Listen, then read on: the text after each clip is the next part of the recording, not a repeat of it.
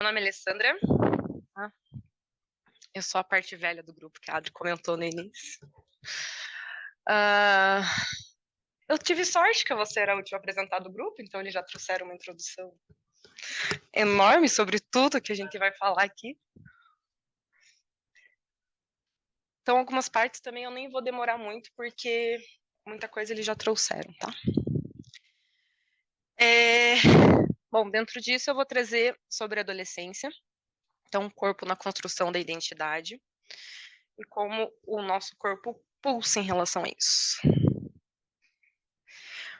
Então, aqui uma coisa básica, né, o que é adolescência. Então, de acordo com a Organização Mundial da Saúde, ela é considerada entre os 10 e 19 anos, tá? E a juventude dos 15 aos 24 anos.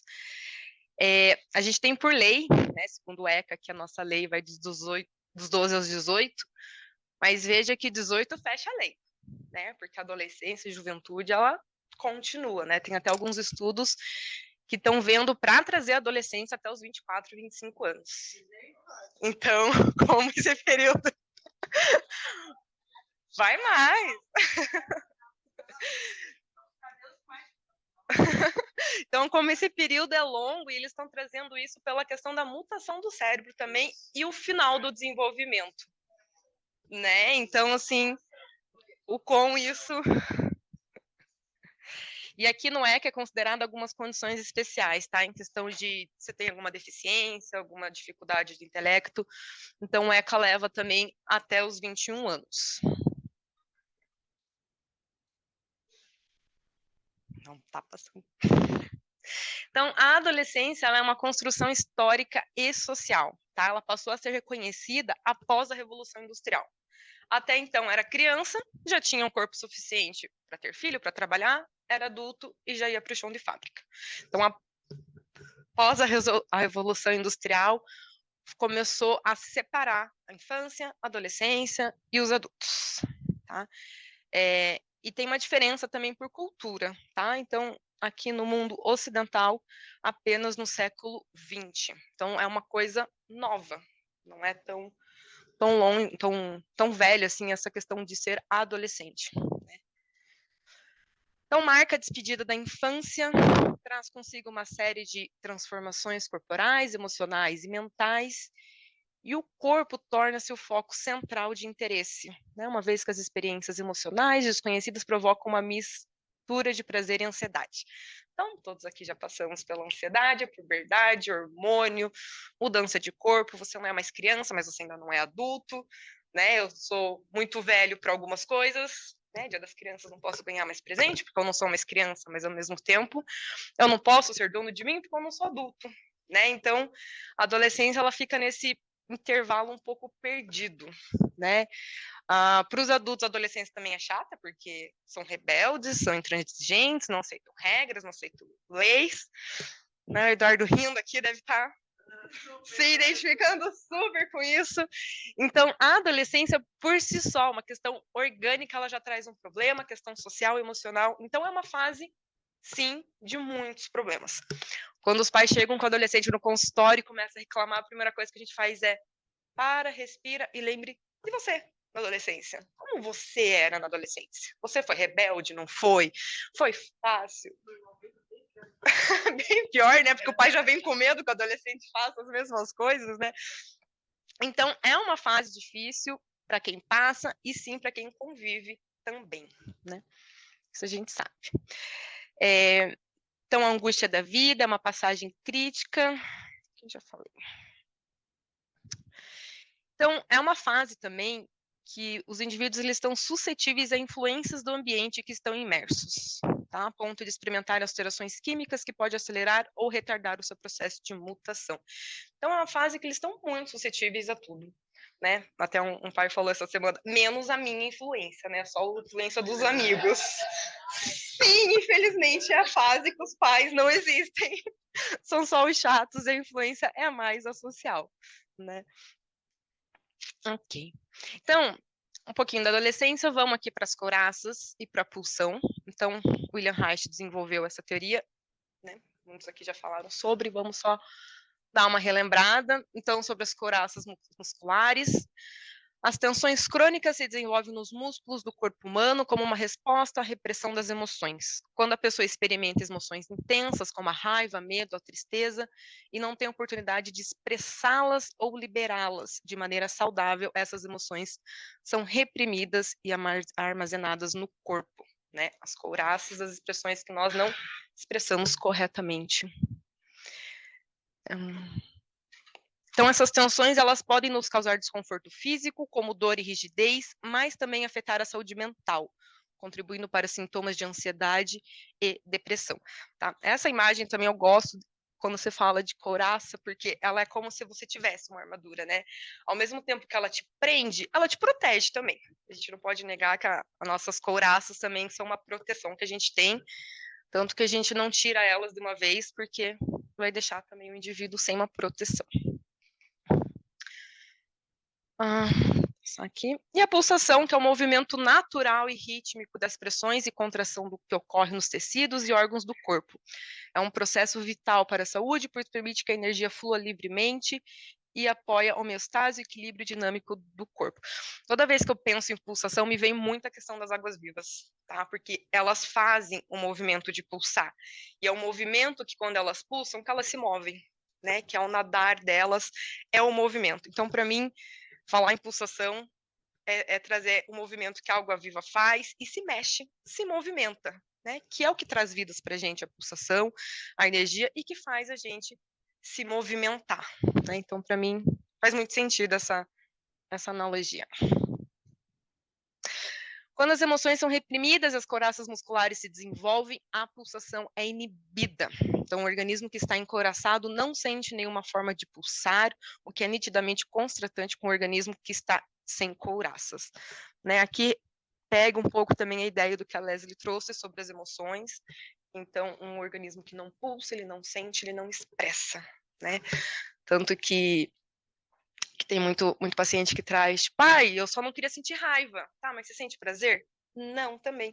Por quê? Porque você encoraçou, né? A partir do momento que você não quer sentir raiva, você também não vai sentir prazer. Seu corpo não vai distinguir, não, isso aqui é uma coisa boa, então vamos expressar. Isso aqui é ruim, não vamos. Não, não existe, gente. Tem que aprender a lidar com o que é bom e com o que é ruim. Ruim em termos também, né? Porque a gente tem uma questão muito social do que o sentimento que é bom e o sentimento é ruim, né? O que pode ser expresso e o que não pode ser expresso.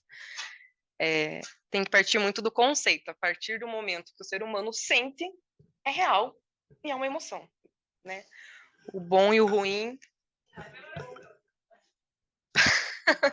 é energizante, né? Você sente a potência do corpo quando você tá na raiva. Na base do ódio hoje é a melhor forma de treinar, né? Ainda mais no frio, na base do ódio é assim mesmo.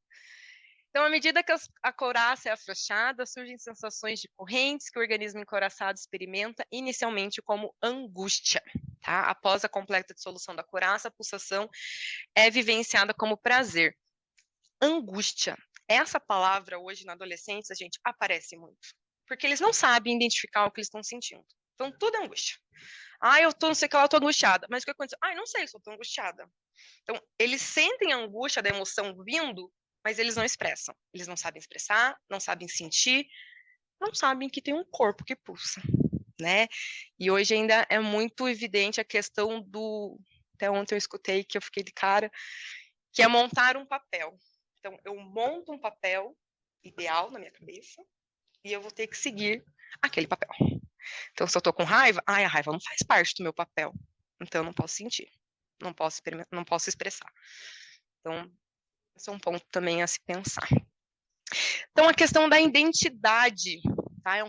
É um conceito complexo e multifacetado que se refere à compreensão de quem somos como indivíduos, incluindo nossas características pessoais, crenças, valores, cultura, gênero, orientação sexual e muito mais. Envolve muita coisa na identidade, né? Então, é difícil dizer exatamente o que forma. É um apanhado de muita coisa. A identidade pessoal é única para cada pessoa e pode se modificar ao longo do tempo. Tá? Então, não é rígida, não é fechada. Conforme as nossas experiências mudam, a gente pode ir mudando também a nossa identidade. Então, a identidade pessoal é amplamente reconhecida como uma das tarefas mais críticas durante a adolescência, representando um passo crucial na transição do adolescente para um adulto produtivo e maduro. Nessa parte da adolescência também a crítica a fase crítica ele tem que se moldar para ser um adulto funcional. Então, pensem, hoje em dia, nossa meta de idade de vida mais ou menos chega a uns 80 anos, e eu com 15, 16 tenho que escolher a profissão que eu vou ser para o resto da minha vida. E a profissão é uma das coisas que também dá muita identidade para gente, né? Quem nunca escutou, você é psicólogo, você não pode fazer isso, né? Então, assim, a profissão é uma das coisas que dá muita identidade e eles têm que escolher com 15, 16 anos o que querem ser para o resto da vida. Né? Então, essa é uma das pressões também que hoje para os adolescentes está pesado. Até porque sempre, né? Mas é que hoje as escolas trabalham em função do vestibular. Então, sentar no 9º ano, você já está pensando no vestibular. Você já está fazendo simulado, você já está fazendo prova, você já está fazendo na pressão para virar um adulto funcional. Então, os 3 principais fatores que vão influenciar na identidade são os intrapessoais, que já vem do indivíduo, os interpessoais, as influências provenientes das relações e os fatores culturais, né? O que a sociedade hoje, o que a cultura impõe para esse adolescente. Então, para Reich, a identidade é necessariamente biopsíquica e pode ser compreendida nessa relação psicossomática, que agrega todos os elementos, desde as camadas mais superficiais do sistema, como a imagem do corpo e a personalidade, até as mais profundas, como o caráter, né? O caráter. Então, a gente é uma soma do corpo, da sensação, do mental, do que vem, tá? Aí aqui eu vou trazer um pouco sobre algumas ideias sobre a identidade através do corpo, tá? Então, como ela é sentida, como ela é vista e como ela é criada através do nosso corpo. Então, recentemente aumentou a relevância do corpo, então a gente coloca a relevância do corpo tanto quanto estética, como sentir, né? Tá vindo um movimento mais, a gente sente mais, da questão hoje também da fase fitness, né? Todo mundo tá fitness, então tem que trabalhar esse corpo para ficar ideal. Então, o corpo está muito em alta, mas nem todos os lados são saudáveis, tá? Então, o corpo é destacado como um espaço onde as pessoas representam e expressam a sua própria identidade, em vez de ser simplesmente considerado como uma manifestação temporária, limitada e suscetível à manipulação dos desejos individuais. Eu gosto desse trecho, eu trouxe porque eu gostei dele, que eu acho que resume bem o que eu estava pensando no dia que eu escrevi, tá? Então, dentro da sociedade do espetáculo descrita por Debord, a identidade está ancorada na pele. Por isso, o corpo é socialmente enfeitado, modelado e esculpido, para ser e refletir uma imagem muitas vezes irreal do sujeito. Negar a sua imagem real, o seu self corpóreo, em prol de uma imagem idealizada do ego, a articulação narcisista que podemos encontrar atualmente. Isso, para mim, é muito real, muito atual, nessa questão da gente negar quem a gente é e fazer uma imagem idealizada, imaginária. E isso, hoje em dia, nos adolescentes, é muito real, é muito fato. Né, deles imaginarem uma personalidade, um ideal, e tentarem se moldar com aquilo. Né, já escutei fala no consultório de tipo, eu não sou agressiva. Aí ela deu uma parada. Bom, eu não posso ser agressiva dentro da imagem que eu quero criar. Então, assim, né, tentando se moldar a algo que ela acha que é legal. Os filtros também do Instagram, né? Toda hora tirando foto com só filtro. Então, conforme observado por Reich, o corpo é um reservatório de conflitos emocionais e possui uma linguagem própria de expressão para o meio, o que o torna de vital importância para a compreensão dos processos psicológicos internos.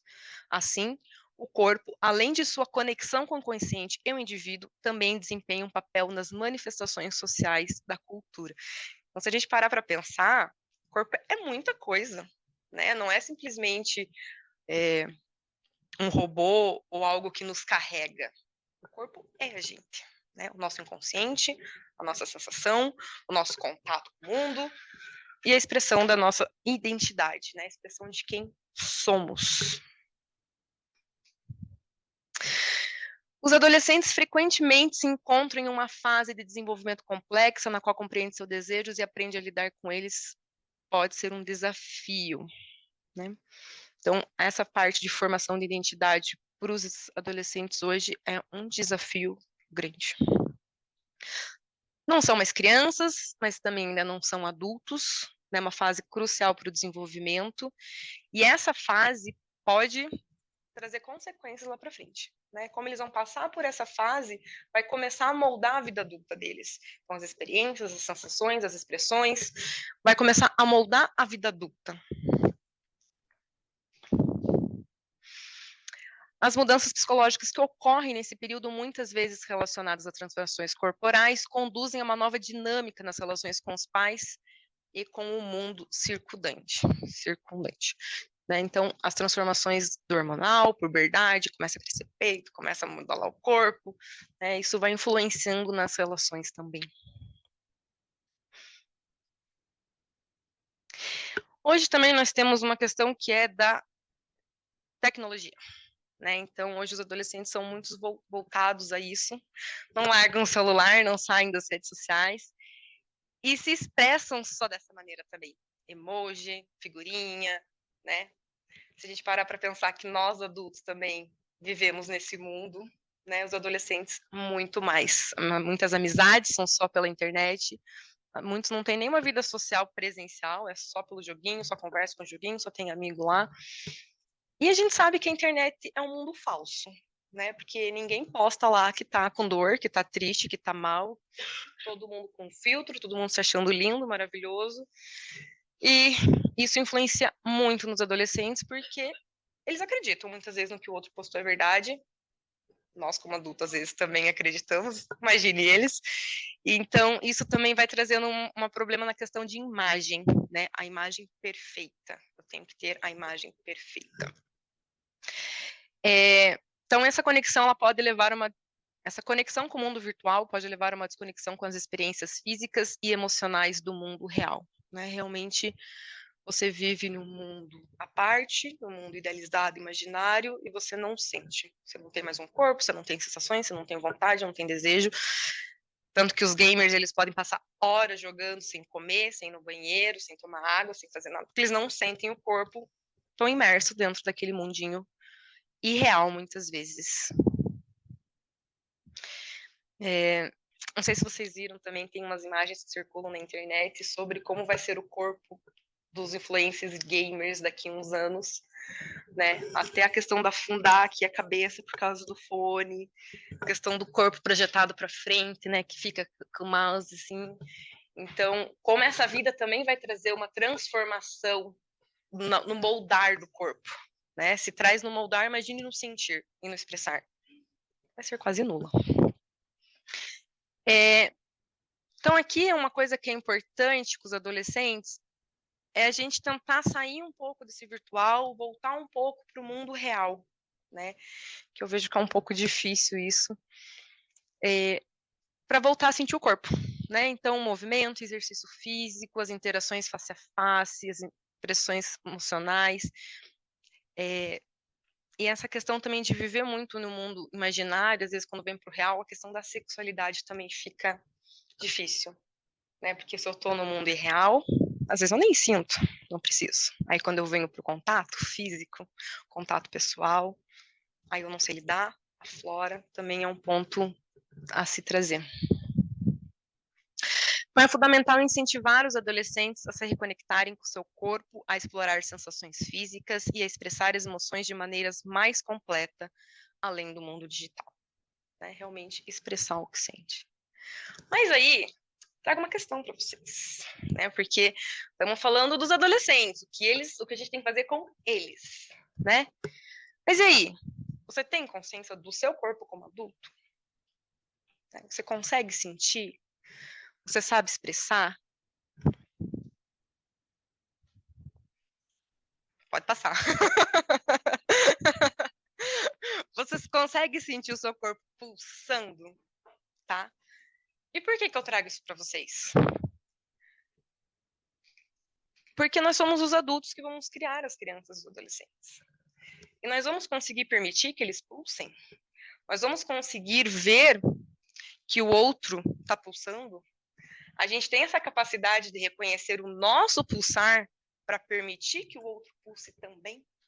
Porque muitas travas, couraças que vêm nas adolescentes que começam a se formar, somos nós, os adultos. Os pais, professores, a sociedade, que olha o outro pulsando, acha aquilo horrível e trava.